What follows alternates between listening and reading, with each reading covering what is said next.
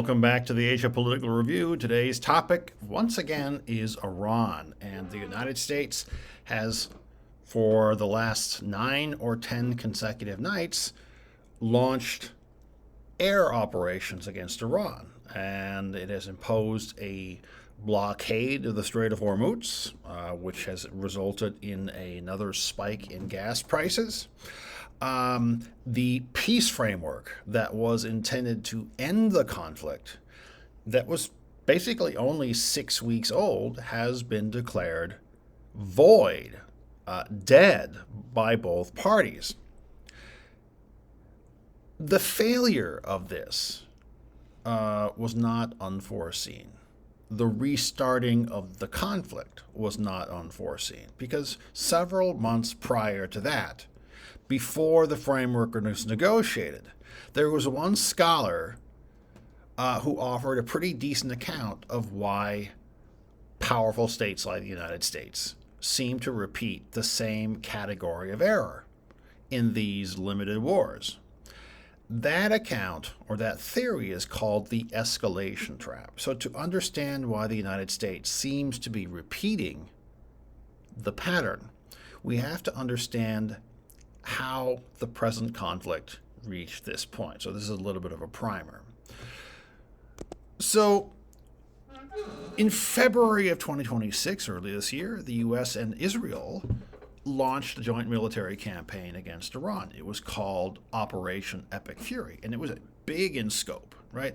So the supreme leader of Iran was killed, along with a substantial portion of his military command. There were attacks on Iranian nuclear facilities, air and naval assets, and much of the country's military, industrial, and defense-oriented base sustained direct damage.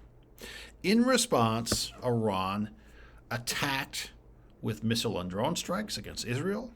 It attacked American installations across the Persian Gulf region, and it stopped the flow of traffic in the Strait of Hormuz, where, again, 1/5 of the world's oil and gas transits. So for more than 5 weeks, this constituted a regional conflict. On June 17th, though, the fragile pause that was formalized into something substantial.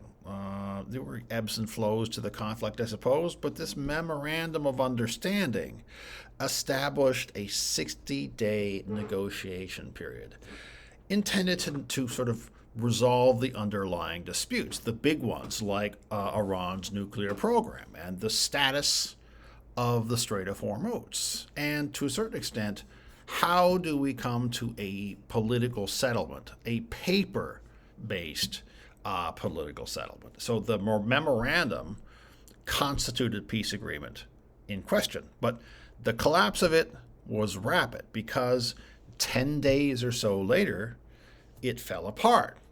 July 6th, July 7th, 3 commercial vessels were attacked in the Strait of Hormuz. The United States responded with additional airstrikes, and President Trump publicly stated that he considered the truce concluded, and he said that the negotiating process was something that Iran had failed to meet. They were not negotiating on good faith, and I think Iran basically said the same thing about the United States. What followed, though, was not a single incident, but an escalating sequence of events.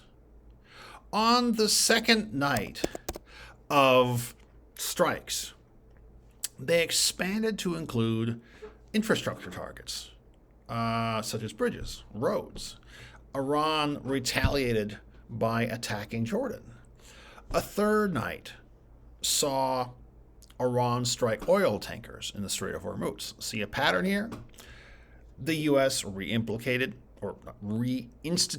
the Strait of Hormuz blockade, and you have another spike in oil prices. By the 15th of July, the Iranian government had said this agreement never really existed, and its principal negotiator indicated that there were no new constraints on whatever Iran's military response was going to be going forward. So as of now, the 9th or 10th night of strikes has concluded. And Iran has attacked a desalination facility in Kuwait. The United States has struck a nuclear site that was under construction. And more than 500 people, according to the Iranian government or Iranian officials, have been killed, including women and children. And there have been at least 17 American service members killed, more than 100 wounded, according to some reports.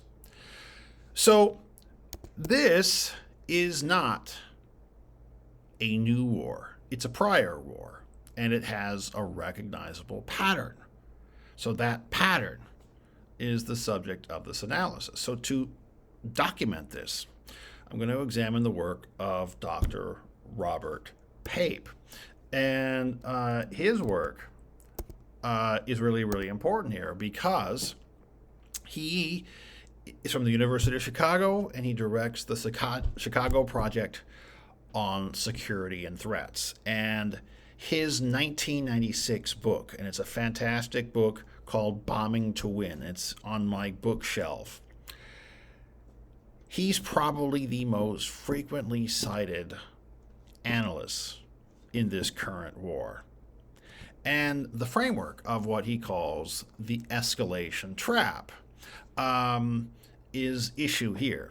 So the central claim of it is that conflicts of this type tend to progress through predictable sequences or stages, and that the moment of greatest danger is not the initial strike, but after that strike is perceived to be a success. So the first stage, and there are 3 stages, is something called the decapitation strike. And decapitation theory in counterterrorism never works. This is an outdated, outmoded theory.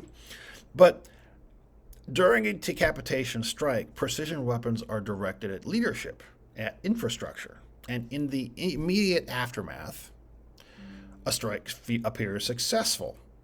Command structures are disrupted, and the principal leaders appears to be eliminated within hours. The second stage, though, is where it departs from expectations, because instead of collapsing, there is consolidation. So what you get is new leadership, sometimes even more hardline leadership than before. And yes, Iran was weakened during the attack, but it doesn't need to match the United States militarily. What it did, and what some states do, is they adopt what you call horizontal escalation, where they distribute the costs of the conflict across different channels. That would be shipping, different economies, energy markets, rather than contesting the United States directly, because they know, by and large, they can't match the firepower of the U.S. military.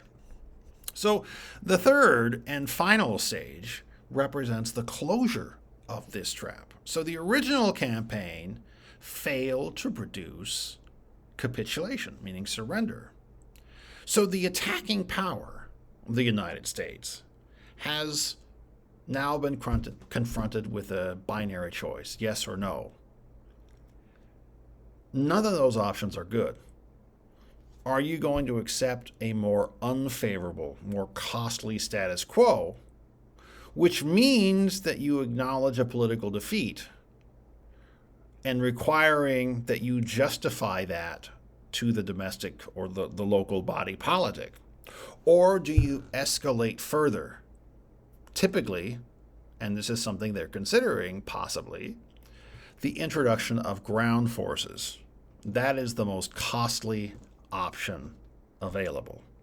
So according to analysis, the first option is rarely selected in practice. In the immediate term, short term, acknowledging the limits of the initial use of force tends to be more costly, politically, of course, than a further commitment of resources. This is something that Colin Powell, the Secretary of the General in the first Gulf War, said, hey, you don't want to do that. You need to limit the force, or you break it, you buy it, that kind of a thing. But you need to pick the sort of the decisive victory, but not want a prolonged conflict. The costs of a prolonged conflict are something the United States at that time, during 1991, did not want to bear. So here's what happens, is that parallels are drawn. And a recent parallel has been with the Vietnam War. It's not on the basis of geography or the similarity in militaries, but on the basis of psychology. This is a psychology that confronts different policymakers, because once the costs have been incurred, it seems like, hey, withdrawal is perceived as squandering the costs. We've wasted American blood and treasure. And you kind of double down, because further commitment seems to follow accordingly. This is the trap. It's not a single bad decision, but it's a structural condition where each subsequent escalatory decision, so to speak, appears to be the only reasonable course of action. So this correspondence, so to speak, between the model and the observed sequence events warrants some closer examination. So first, look at this. The first stage corresponds directly, very closely, with the events of February 28th, because you got the precision airstrikes, and then within hours, the death of the Iranian leader.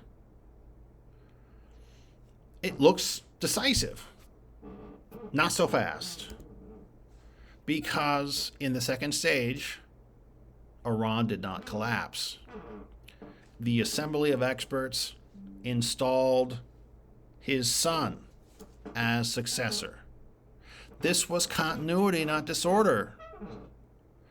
It reconstituted not a navy and an air force, but it, as I said, adopted this pattern of horizontal escalation. And again, it disrupts the Strait of Hormuz, it struck regional shipping, and it relied on a drone and missile arsenal that has been proven very difficult to eliminate, because, hey, the drones are cheap, and the missiles, they have a huge stockpile of them. So the resilience on the part of the Iranian government, or regime as we like to call them, is functioning as genuine sources of political leverage. And it's so sufficient, this leverage, as it could establish Iran as a fourth center, a fourth kind of global power, alongside the United States, alongside China and Russia, because it controls a very, very vital strategic choke point. So the third stage corresponds now to the very present moment. The Memorandum of Understanding, that 60-day window, presented Trump with a choice. Can you accept a negotiated resolution that had Iran maintain some kind of control, leverage, so to speak, pick your words, over the strait, and identify grounds for, or identify grounds for a return to force, a return to bombing? Because the test, the agreement, was perceived as failure, right? This was less of a neutral assessment than the foundation of a political solution. And the decision then was already inclined towards escalation. And that's what happened. That's exactly what happened. Trump chose force. He's moving in the direction of force, not in the direction of a gradual negotiated resolution where Iran actually comes out a little bit ahead of where they used to be, right? Because again, Trump broke something that wasn't broken. If it ain't broke, don't fix it, right? So escalation followed. It's not a single strike, but it was 9 consecutive nights, and an expanding target set that includes nuclear sites, nuclear facilities, a reimposed blockade, so on and so forth. The cycle repeats itself. The trap is set once again. So these details are really, really significant because in this escalation theory that we're discussing, the deployment itself is the signal. Once forces are staged and are positioned in a particular theater of war, the question, the relevant question, really shifts. It's not whether or not we're going to act. It becomes, are we going to protect the investment we've already made?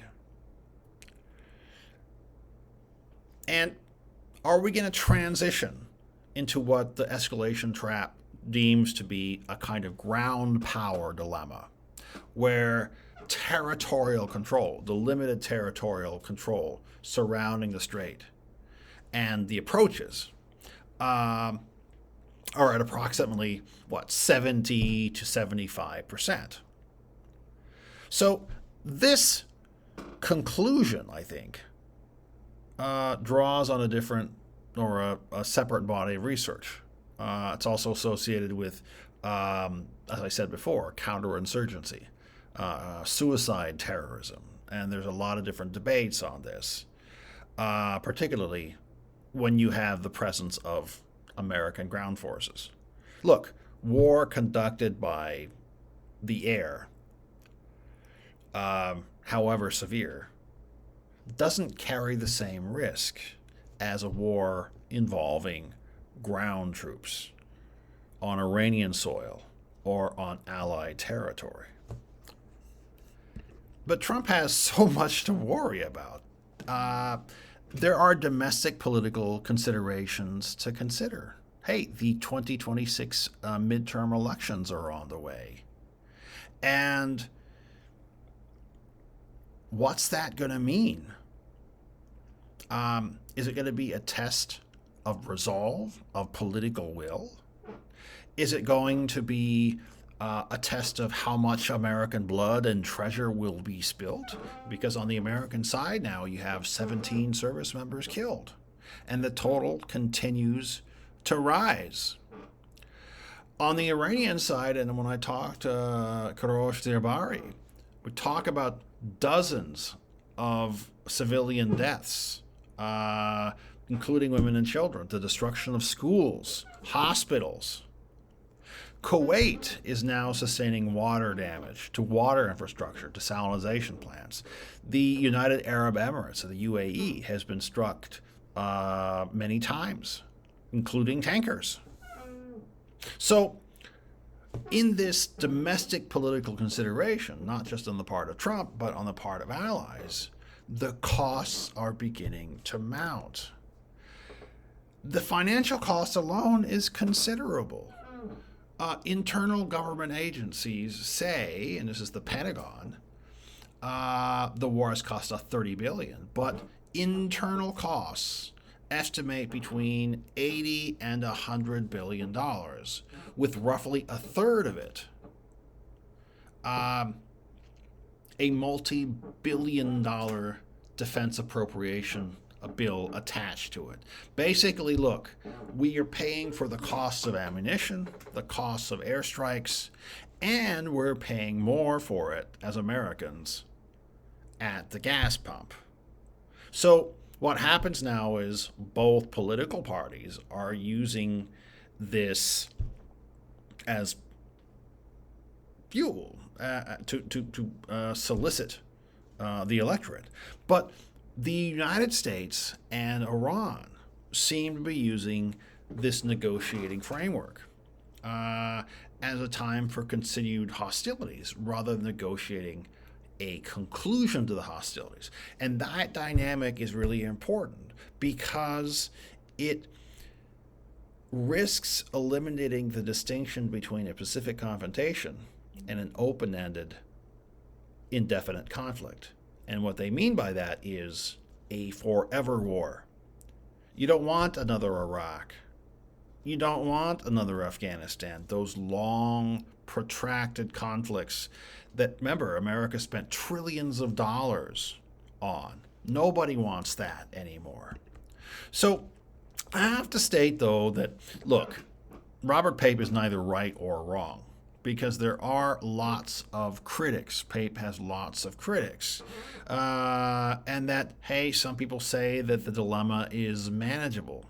It's not really a strategic failure because the war has damaged or degraded Iran's missile inventory, its naval capacity, its nuclear infrastructure, and that the Americans still have many different courses of action available. And there are several counter-arguments that are important here. Some people say that, Iran is never going to be a fourth global power. They say that the heavy damage done to Iran's navy, the air force, the nuclear sites, reject this idea.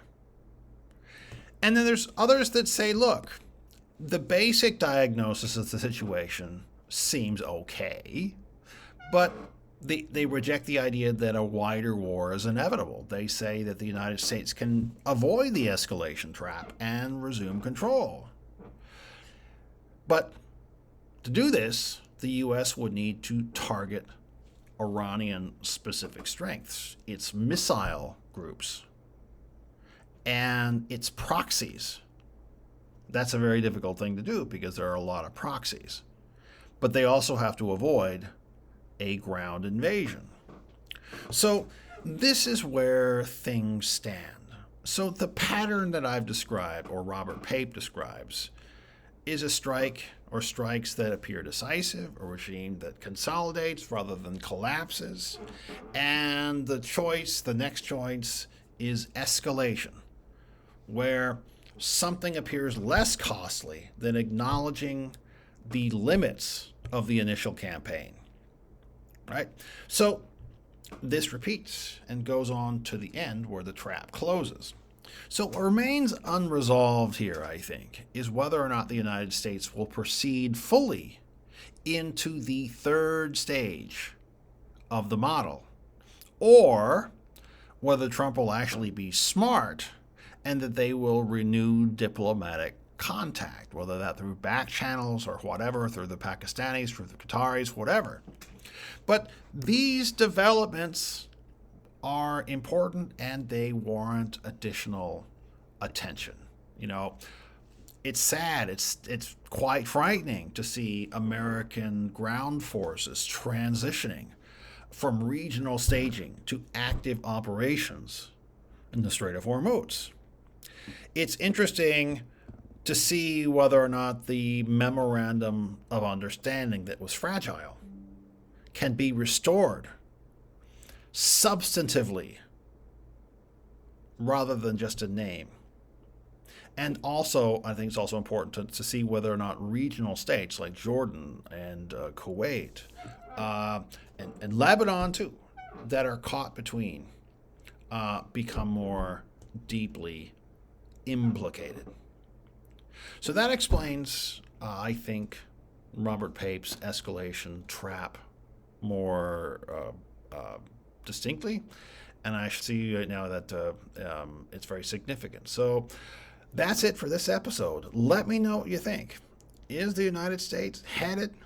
Is it going to fall into another Iranian trap, or can Trump pull out and accept that the United States has not come out on top, will accept a minimal loss and some minor degree of Iranian control over the Strait of Hormuz? Not necessarily a fourth power, as some have argued, or as he argued, but some additional control. That will play out in the 2026 midterm elections. Let me know what you think in the comments, and if you haven't already, like and subscribe to the channel. Thank you so much. Have a good day.